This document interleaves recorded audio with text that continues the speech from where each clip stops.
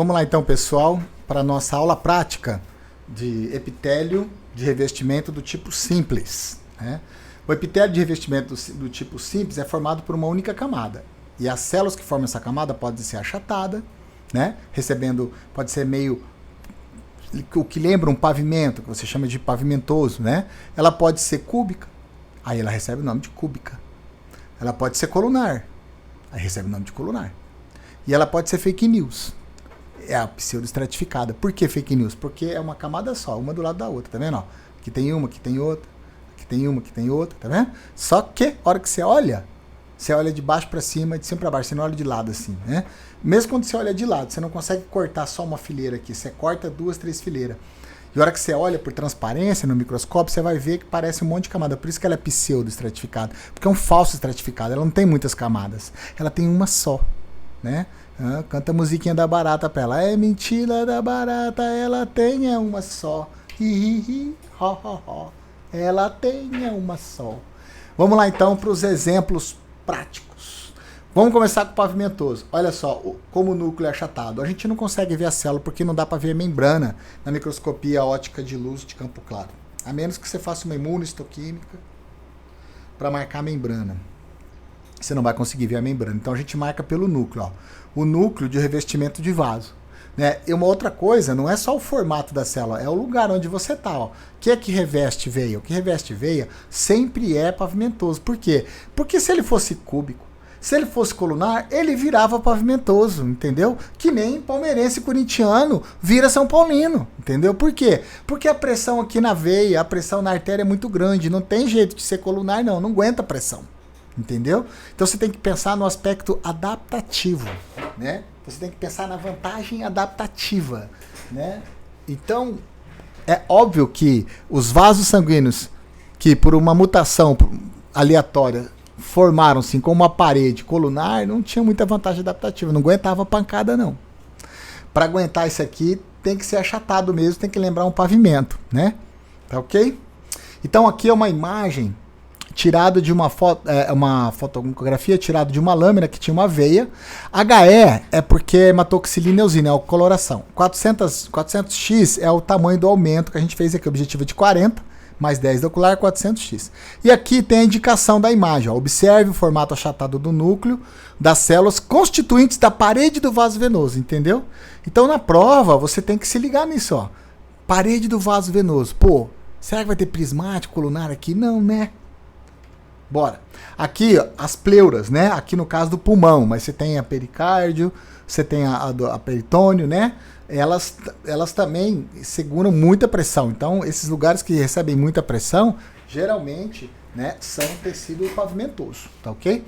Então aqui, pulmão, HE 400 vezes, observe o formato achatado do núcleo das células, né, da membrana que reveste o alvéolo pulmonar, tá certo? Não é o alvéolo pulmonar, é a célula que reveste, da pleura.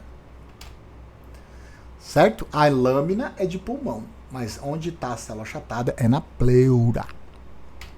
Certo? Aqui, ó, outro lugar que tem pavimentoso, onde cápsula de Bowman. A cápsula de Bowman é essa membraninha que tem aqui, ó. Ela faz o quê? Ela tem um papel de filtração. Aqui é o glomérulo do rim. Para quem lembra da fisiologia, né? No glomérulo do rim, os vasos são fenestrados, são furados. Então você passa, né, muito líquido. E esse líquido, ele sai da cápsula de Bowman e vai para onde? Para os túbulos, né?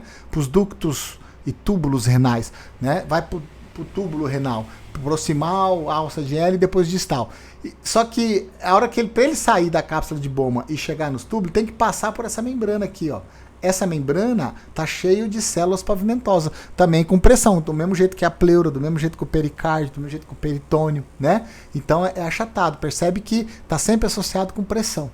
Então aqui é o rim, a lâmina é de rim, corado com HE 400 vezes, observe o formato achatado do núcleo das células do folheto parietal. É um folheto, tá vendo? Assim como o pericárdio, o peritônio são folhetos, são membranas. Folheto parietal da cápsula de Bowman. É o cara que descobriu isso aqui, o Bowman. Certo? Então tá aqui, ó. Agora vamos para os túbulos e para os ductos renais, né? Aqui, os túbulos renais já é cúbico, né? Onde vai ter a reabsorção. Então você tem aqui, ó, o formato das células, ó, bem esférico, tá vendo? Bem esférico, ó. Aqui é o túbulo, aqui é a luz do tubo, certo? E você percebe que é esférico. Se é esférico, se o núcleo é esférico, é porque o tecido é cúbico, né? Look that. Aqui, ó, nas parótidas, né? As parótidas, essas glândulas, ó, olha como é redondinho. Esse pontinho aqui é o que? É o nucleolo. Aqui é o núcleo, certo? Tanto nas glândulas, nas células das glândulas parótidas, quanto nesse ducto secretor aqui.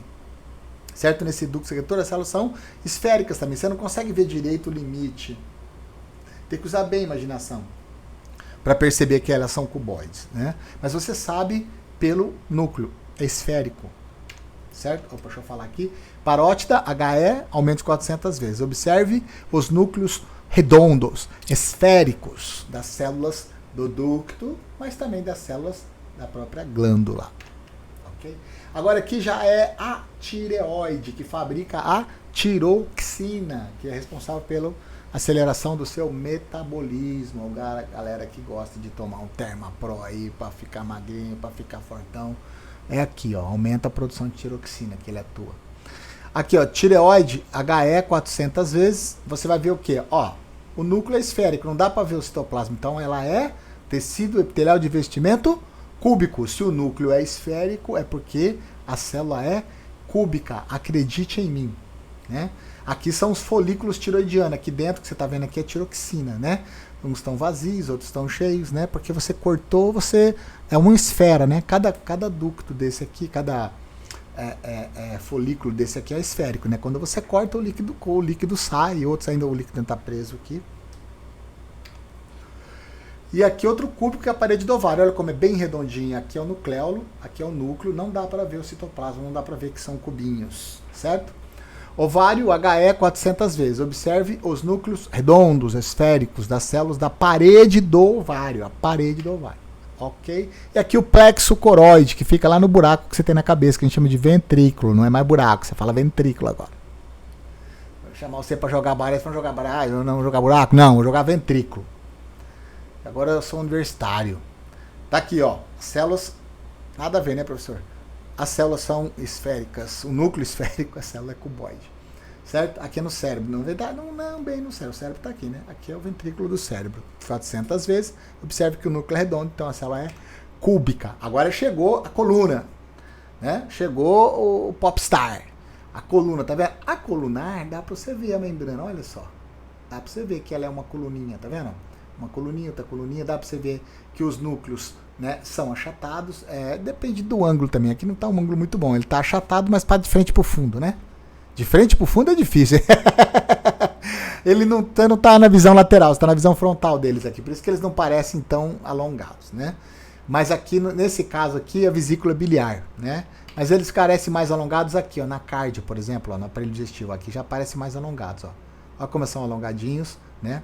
Esse aqui, o núcleo nem tá tão alongado, porque ele pode estar cortado transversal aqui, né? Você não pegou a célula inteira. Você não tá vendo a célula em 3D, isso é um corte da célula, né? Dependendo de como você corta, o núcleo vai ter um formato ou outro. Então, às vezes, não tá na posição boa para ver.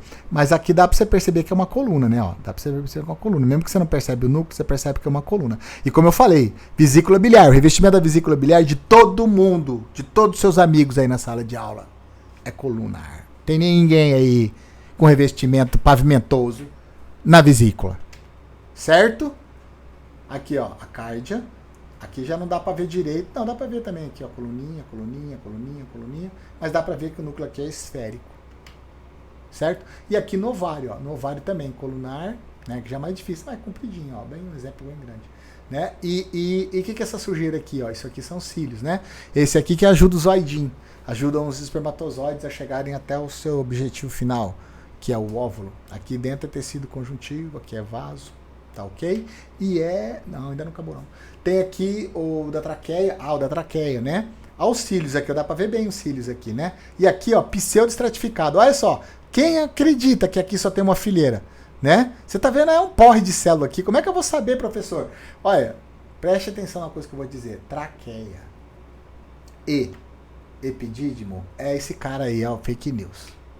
Só tem nesses dois, então não tem erro.